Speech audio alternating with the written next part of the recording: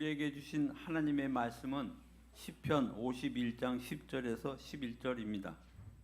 제가 봉독하겠습니다. 하나님이여 내 속에 정한 마음을 창조하시고 내 안에 정직한 영을 새롭게 하소서. 나를 주 앞에서 쫓아내지 마시며 주의 성령을 내게서 거두지 마소서. 아멘. 사상 마련이라는 제목으로 목사님께서 말씀 증거 읽겠습니다. 반갑습니다. 참 좋으신 우리 주님의 은총과 평강이 예배의 자리에 나오신 모든 분들 위해 함께 하시길 축원드립니다. 성가대 찬양 감사드립니다. 오늘은 3.1절입니다. 일제강점기 조선의 독립과 국권 회복을 위해서 희생했던 독립주사들과 순국 승렬들의 정신을 기억하고 그분들의 늑과 혼을 위해 기도하는 시간이 있었으면 좋겠고요. 하나님께서 그분들의 영혼에 평안을 주시고 또 그 후손들이 존중받고 대우받는 그런 나라가 되었으면 좋겠습니다. 오늘은 사순절 둘째 주일을 맞이하였습니다. 둘째 주일을 맞이하여 화면에서 보시다시피 사상 마련에 대해서 생각을 해보고자 합니다. 이 사상 마련이라는 말은 명대의 500년 전 명대의 사상가 왕양명에게서 가져온 것입니다. 그 이 사상에서 이 사상 마련이라는 것은 일상의 상과 일과 업무 가운데 나의 이 지친 마음 혹은 오염된 마음을 새롭게 하는 것을 의미합니다. 내가 누구로 인해 거절감이나 소외감을 느꼈을 때 혹은 의견 충돌로 인해 무시당했다고 느꼈을 때 그 순간 우리에게는 분노감이 일어나게 되죠. 그러면서 그 감정의 흐름을 제어하지 못하고 그 감정에 사로잡혀서 그 상대방을 비난하거나 상대방을 미워한다고 칩시다. 대부분의 신앙인이라면 우리는 이런 자신의 모습을 발견하게 됩니다. 내가 이러면 안 되지, 고쳐야지 마음을 먹게 되죠. 자신의 이러한 패턴을 자기가 잘 알고 있어요. 잘 알고 있습니다. 그런데 고쳐야지 마음을 먹었지만은 동일한 혹은 유사한 상황에 봉착했을 때 다시 우리의 마음과 감정은 길을 잃어버리게 되는 것을 발견하게 됩니다. 사상 마련이라는 것은 바로 이러한 자신의 패턴을 파악을 하고 그 순간 그것을 중단시키고 새롭게 만드는 것을 말합니다. 이것이 이제 명대 왕양민이라는 사상가가 말하는 사상 마련입니다. 그러나 우리가 사상 마련을 해보겠다고 마음은 먹죠. 늘 신앙인이니까 오늘 주일 말씀 들으면 또 해봐야지 마음은 먹지만은 유사한 상황에 봉착하면은 또다시 길을 잃어버리게 되더라는 것입니다. 난 왜 이러지? 그러면서 또 낙담하게 되고 나는 이 영성의 세계에서 신앙의 세계에서 발전 가능성이 없는 사람인가? 그러면서 자신을 또 자책하게 되고 낙담하게 됩니다. 그렇죠? 안 그래요? 저만 그렇습니까? 우리 모두가 거의 그럴 것입니다. 안 그런 분은 이미 성인의 수준에 올라와 있다고 봐야 되겠죠. 우리는 나름대로 삶의 현장에서 마음을 새롭게 하는 사상 마련을 합니다. 하는데 쉽게 잘 안 되는 게 문제지요. 왜 안 될까? 조금 묵상을 해봤는데 이 심리학에서 초점화 오류라는 개념이 있습니다. 심리학자 데니얼 카네먼이 이 노벨 경제학상을 수상한 사람이죠. 이 초점화 오류를 강조를 했는데 어떠한 요소에 과도하게 집중하거나 혹은 그 전체 그러니까 어떠한 사건 하나 혹은 자신의 어떤 하나의 작은 문제점 그걸 가지고 자신의 전체 삶을 판단을 해버리는 거예요. 예컨대 이런 것이죠. 내가 이 열등감이 있어요.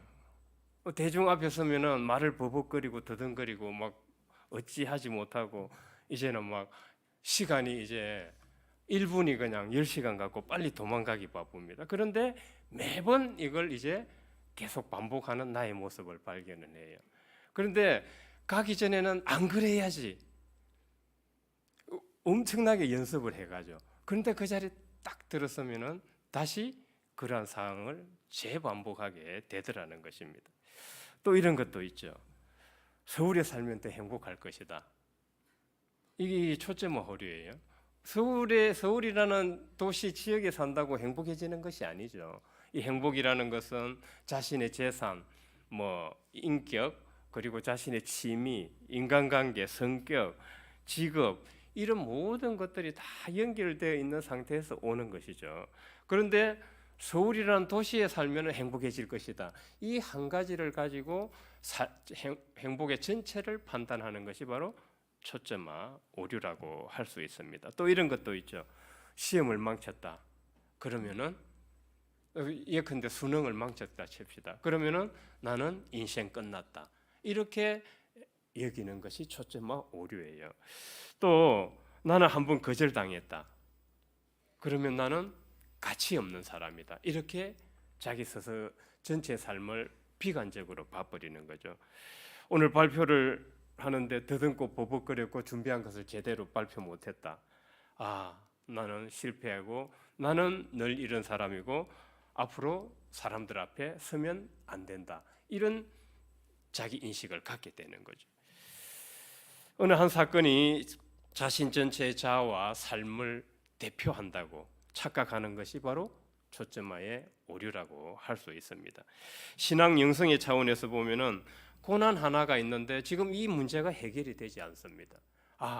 그러면은 기도해도 하나님이 들어주시지 않는데 하나님이 안 계시는구나. 이렇게 판단하는 것도 신앙적, 영적 문제에서 초점화 오류라고 볼 수 있습니다.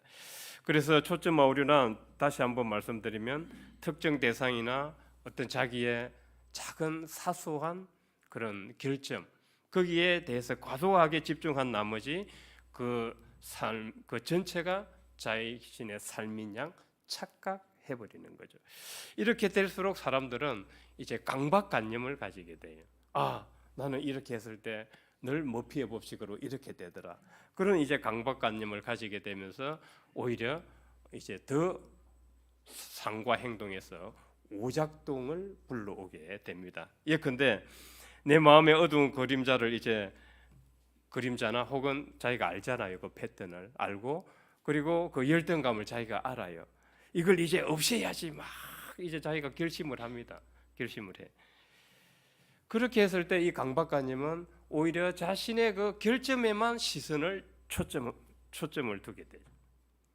그래서 오히려 고쳐지지가 않고 더 문제가 되는 것을 발견하는 것을 봅니다. 우리가 한 번씩 사람들을 깜짝 놀라게 하는 정도로 이상한 행동들을 해요. 그죠? 저 사람이 옛날에는 안 그랬는데 왜 저러지? 그런 행동들을 하잖아요. 이게 이제 그런 문제에서 옳은 것이라고 할 수 있습니다.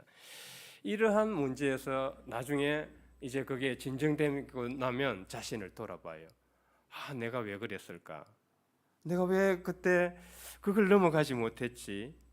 내가 왜 아직도 저 사람을 미워할까? 왜 나는 또 대중 앞에서 또다시 더듬거리고 버벅거릴까?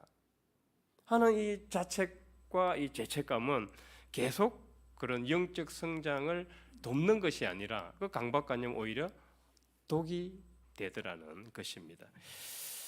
오늘 51편 시편 말씀에서 다윗은 바세바를 남의 아내죠. 바세바를 범한 그런 처참한 죄의 현장 위에서 자기의 사상 마련의 시간을 갖습니다. 사상 마련이란 일상에서 자신의 마음을 바로잡는 것이라 그랬습니다. 하지만 다윗은 자기가 자기 마음을 잡으려고 하지 않습니다. 오히려 하나님께 맡기고 있습니다. 그러니까 내가 이제 내 마음을, 이 오염된 마음을 깨끗하게 하겠습니다, 이게 아니라 오히려 하나님께서 정한 마음을 창조하시고 내 안에 정직한 영을 허락하소서. 그러니까 여기서 이 상처나고 열등감 있고 하는 이 마음이 이제 수리를 하는 것이 아니라 하나님께서 들어오셔서 창조를 하시나요? 창조를 아예 새롭게 만든다는 거죠. 여기서 우리는 다윗의 자기 스스로도 이 마음과 감정을 통제할 수 없는 것을 잘 고백하고 있어요. 참으로 인간적이죠.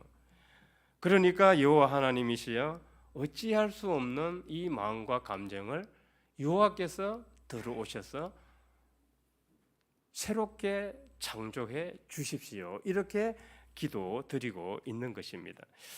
강박관념을 넘어서는 항복이죠. 이제 강박관념이 아니라 자기의 힘 없음을, 자기의 능력 없음을 하나님 앞에 고백을 하는 거예요. 내가 뭐 하겠습니다. 내가 뭐 내 마음을 다시 바로잡아 보겠습니다. 이게 아니라 나는 이런 사람이니까 하나님께서 들어오셔서 저를 고쳐주십시오. 거룩한 항복을 하고 있는 것이죠. 우리 일반 사람들은 다윗처럼 한계를 직시할 수밖에 없습니다. 내 의지로 일상에서 마음을 바르게 하는 사상만리를 한다고 하지만은 잘 안 되죠. 잘 안 돼요. 성인이 아닌 이상.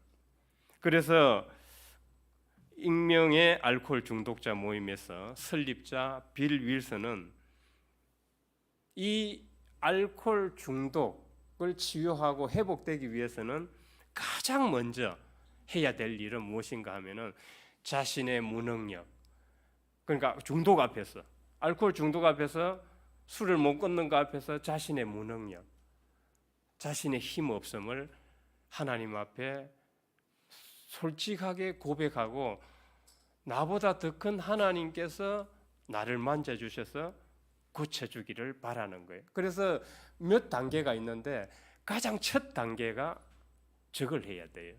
익명의 알코올 중독자 모임에서 가장 첫 단계가 자신의 무능력, 힘없음을 고백하고 하나님 더 큰 힘인 하나님께 자신의 자아를 맡겨드리는 거예요.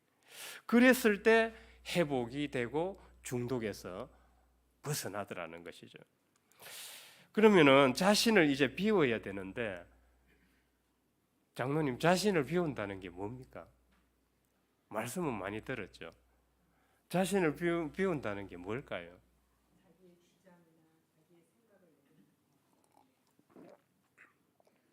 자신의 생각을 내려놓는 것 맞는 것 같습니다.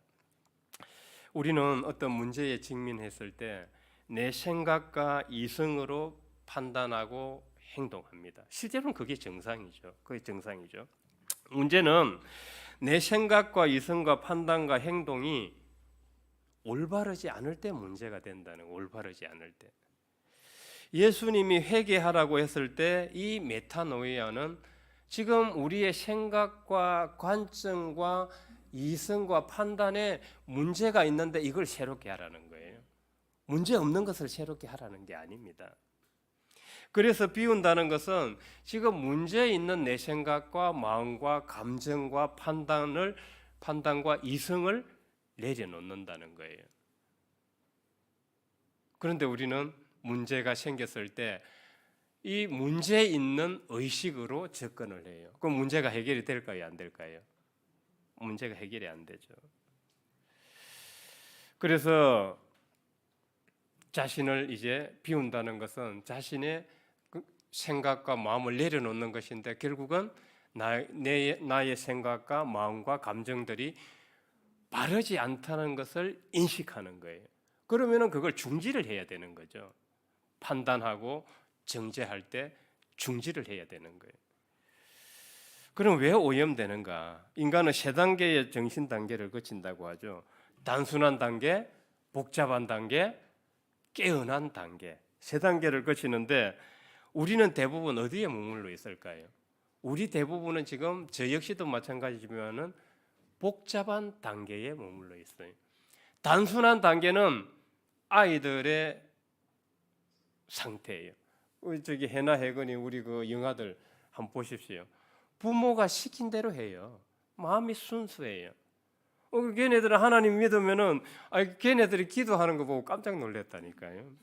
하나님 도와주십시오 하고 이렇게 기도 시킨 대로 하는 거예요. 시킨 대로. 그런데 우리가 사회의 가정에서 이제 생각과 이성과 판단에 서서히 사회화 과정에서 물이 들어오게 돼요. 그러면서 복잡한 단계에 머무르게 됩니다. 그래서 어떤 문제에 봉착했을 때 우리는 그 복잡한 의식으로 접근을 하게 되는 거예요. 문제는 이제 더 복잡해지는 거예요. 단순하게 아이들처럼 그냥 말씀대로 사랑하라 그랬으니까 사랑하고 용서해라 그랬으니까 용서하고 자비를 베풀라 그랬으니까 자비를 베풀고 하면 되는데 여기에서 많은 생각을 하게 돼요. 저 사람이 그래서 이 사건이 이래서 분석하고 판단하고 이제 이렇게 하면서 일은 더 꼬이고 복잡하게 돼요. 그래서 깨어난 단계를 가게 되면은 단순한 단계에서 복잡한 단계를 거쳐 다시 단순한 단계로 가는 거예요. 실제로는. 그래야 하나님의 말씀이 말씀대로 살게 돼요. 그렇지 않으면 우리는 계속 하나님의 말씀을 듣고 행동할 때는 복잡한 생각으로 하게 돼요. 그래서 하나님의 말씀을 제대로 습관화시키지 못하는 거죠. 이 복잡한 단계에 머물러 있는 사람 중에 가장 또 복잡한 사람이 목사들이에요. 목회자들. 그래서 저는 목회자 세미나를 하면은 가급적 강사 의뢰를 받지 않습니다. 왜 그런지 아세요? 목사님들은 은혜 받으려고 계신 게 아니에요. 저 사람이 이제 무슨 말을 하나 내용 분석을 해요. 이성과 신학과 판단으로. 저거는 잘못됐고 저거는 못됐고 저기에서는 저런 예화가 들어가야 되는데 왜 저 얘기를 하지? 그래서 목사님들 앞에서는 정말 설교하기가 힘들고 강의하기가 힘들다 그래요. 저만 그런지 모르겠는데 우리 여기 성민들은 안 그래요. 그래서 제가 지금까지도 설교를 하는 거예요. 안 그러면 제가 이 자리에서 설교를 할 수가 없어요. 그래서 비운다는 것은 내 중심에 문제가 있다는 것을 인식을 하고 중단을 하는 거예요. 그게 저는 비우는 것임을 묵상을 했습니다. 어떻게 저런 사람을 용서하고 사랑할 수 있어? 이것도 자기 중심인 거예요. 이때 우리는 비우고 사랑하고 용서하라 그랬으니까 하나님께 맡기는 겁니다. 그래야 우리가 복잡한 단계에서 단순한 단계로 넘어갈 수가 있어요.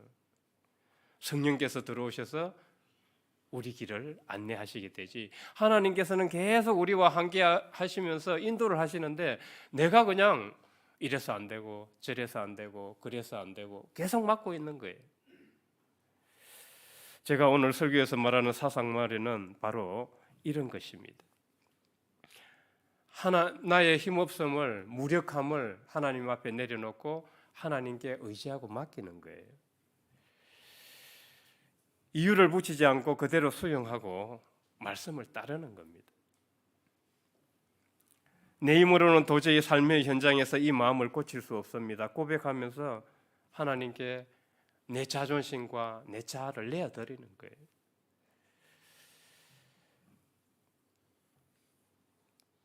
나의 힘없음을 인정한 성경 인물 중에 한 사람을 꼽으라면 엘리야를 생각을 해볼 수가 있습니다. 엘리야가 로뎀나무 아래서 죽기를 간청했습니다. 그는 한때 850명의 바알 선지자와 싸워서 850대 1로 싸워서 이겼던 사람이죠. 대단한 인물입니다. 그런 인물이 악녀 이세벨이 자식이를 죽이겠다고 협박한 그 한마디에 완전 무너져 내려요. 그의 몸과 마음이 극도로 쇠약해져서 도망을 치게 됩니다. 그렇게 해서 저 로뎀 나무 밑에서 하나님께 간청을 하는 거예요. 여호와여, 저 생명을 거두어 주옵소서. 저는 제 조상들보다 못합니다. 여기서 엘리야는 자신의 힘없음과 무력함을 하나님 앞에 솔직하게 인정하고 고백하는 거예요. 자기가 이세벨의 협박에 그 협박 한마디에 무너진 것을 하나님께 인정을 하는 겁니다. 저 못났습니다. 그랬을 때 하나님께서 에이구 이 못난 녀석, 응? 내가 너를 그렇게 가르쳤니? 악녀 이세벨 그 새치혀 한마디에 그렇게 놀아나니 그렇게 꾸짖지 않으셨죠.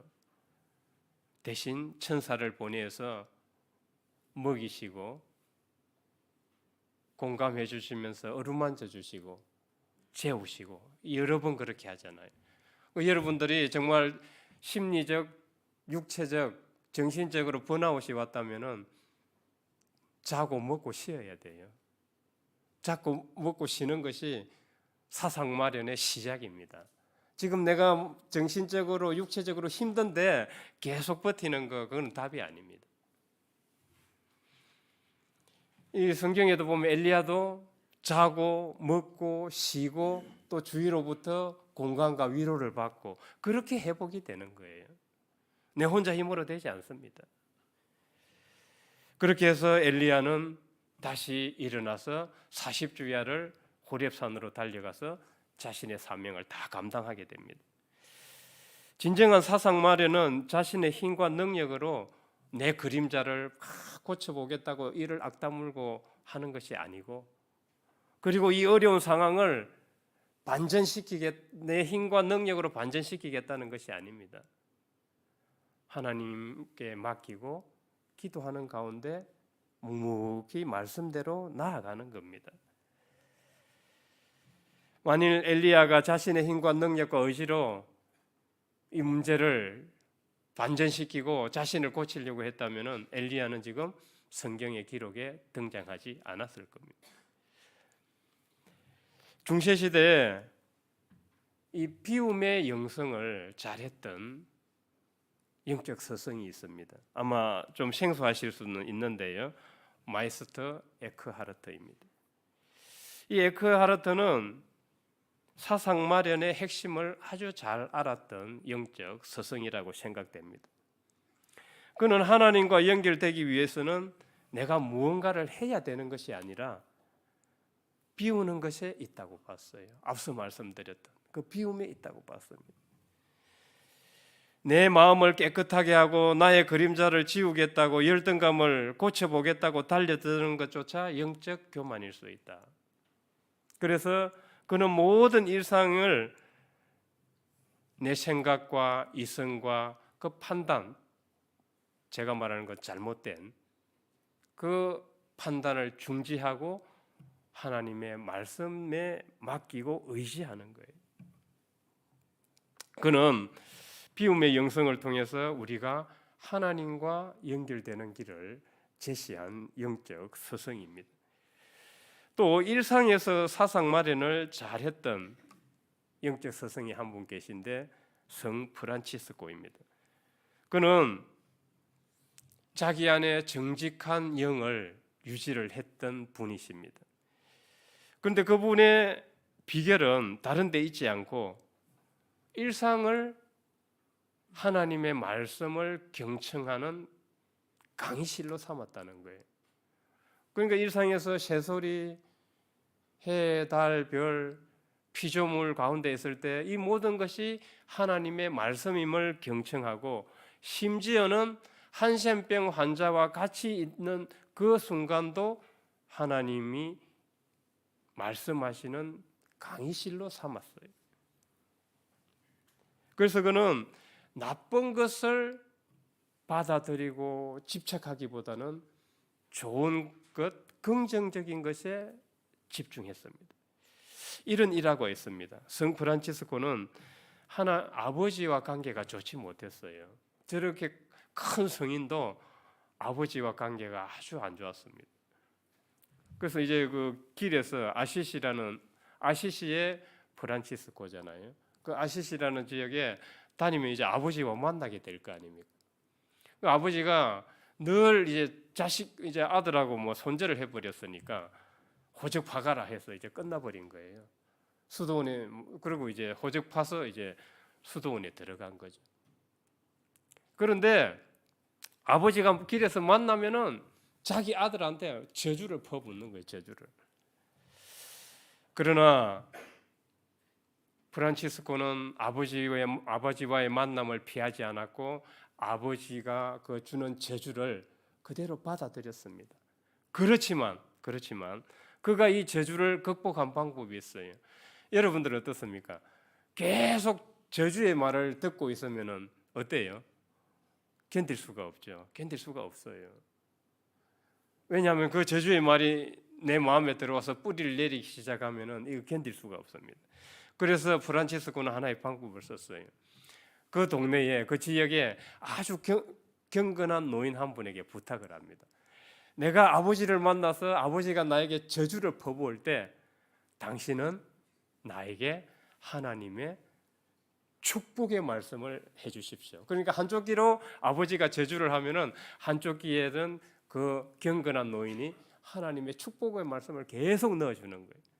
자, 이건 뭘 의미하냐면은 그는 그 부정적이고 저주, 비난 이런 것들하고 가까이 하지 않았다는 얘기예요.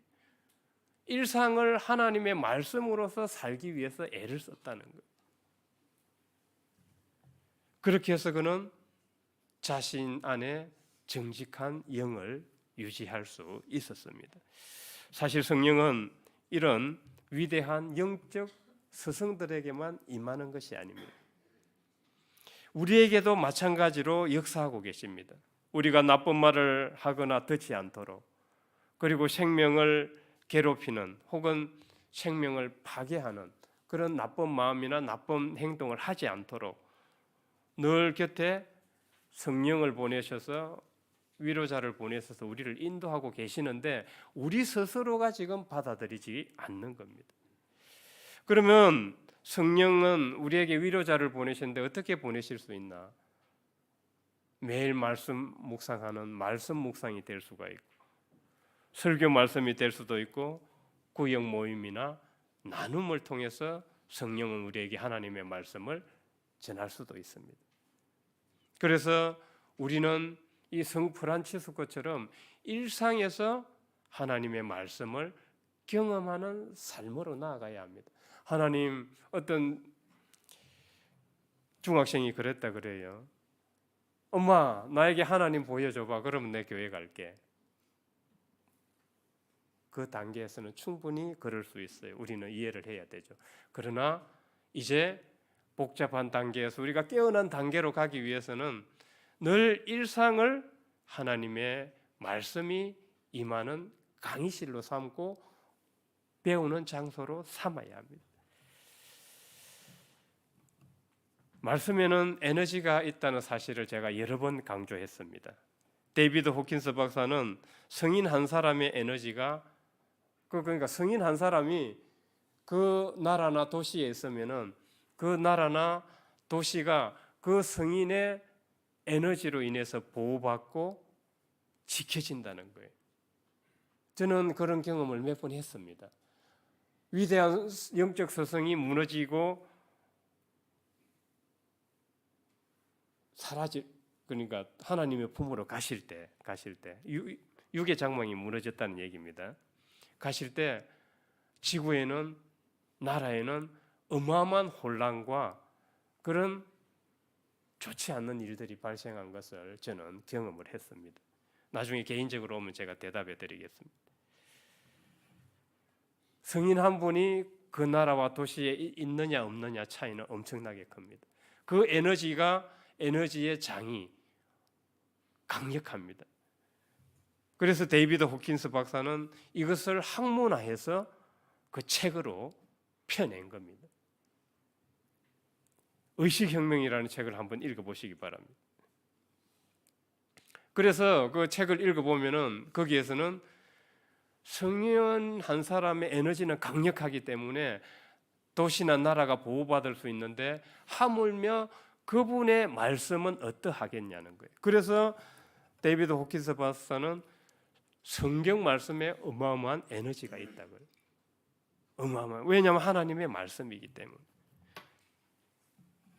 그래서 우리는 성령은 늘 말씀으로 혹은 또 다른 방법으로 우리 곁에 계셔요. 우리가 그걸 경청하고 마주 대하는 용기가 필요합니다. 그런데 우리는 내 오염된 생각과 판단과 감정으로 이런 저런 이유를 대면서 계속 피하는 거예요. 계속. 그래서 오늘부터라도 지금까지 잘해 오셨겠지만 오늘부터라도 이제 우리는 이 말씀으로 사상 마련을 해 나가야 되겠습니다. 그리고 내가 만나는 사람에게 따뜻하게 미소 짓고 저 사람 뭐야 이렇게 보는 것이 아니라 따뜻하게 미소 짓고 축복의 말씀을 한마디 해주고 이것이 지금 일상에서 말씀을 따라 실천하는 사상 마련인 거예요. 그렇게 할 때 내 마음도 변화가 옵니다. 변화가 옵니다.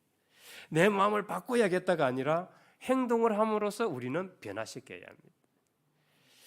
다윗이 주의 성령을 내게서 거두지 마소서 기도했는데 일상에서 말씀으로 사상 마련을 하면은 성령께서 우리에게 늘 임할 것을 믿습니다. 진정한 사상 마련은 내 힘과 능력으로 나를 바꾸고 나의 어두운 그림자를 제거하는 그런 완벽주의가 아닙니다. 완벽주의 문제 있어요. 그 사람이 더 문제예요. 가정에서 그리고 일상에서 겪는 갈등, 업무의 스트레스, 예기치 못한 실수, 실패 이럴 때 이 순간에 하나님 이를 통해서 제게 주시는 말씀은 무엇입니까? 이걸 물어야 돼요. 이걸 물어야 돼요. 이게 사상 마련의 시작이고 우리 안에 정직한 영을 새롭게 하는 방법입니다. 오늘 이 예배를 통해 하나님의 들려주시는 축복의 말씀에 주파수를 맞춰보시기 바랍니다. 그렇다면 나의 마음에 성령께서 임하면서 우리를 새롭게 해 주실 것을 믿습니다. 사순절 둘째 주간 내 시선을 내 생각, 내 이선, 내 판단의 복잡성에서 단순하게 하나님의 말씀을 경청하고 따르는 대로 돌립시다. 그래서 우리가 일상의 자리에서 하나님께 맡기는 사상 마련을 통해서 내 안에 정직한 영을 새롭게 하는 우리 모두가 되길 주님의 이름으로 축원드립니다. 성령의 하나님, 오직 주님의 말씀만이 우리 마음을 정하게 하고 우리 영혼을 새롭게 할 수 있음을 고백합니다. 이번 한 주 일상의 모든 순간을 주님의 세밀한 음성을 듣는 경청의 시간으로 삼게 하시고 주님께 맡기는 사상 마련을 함으로써 우리 안에 정직한 영을 새롭게 빚어 주옵소서. 예수 그리스도 이름으로 기도드립니다. 아멘.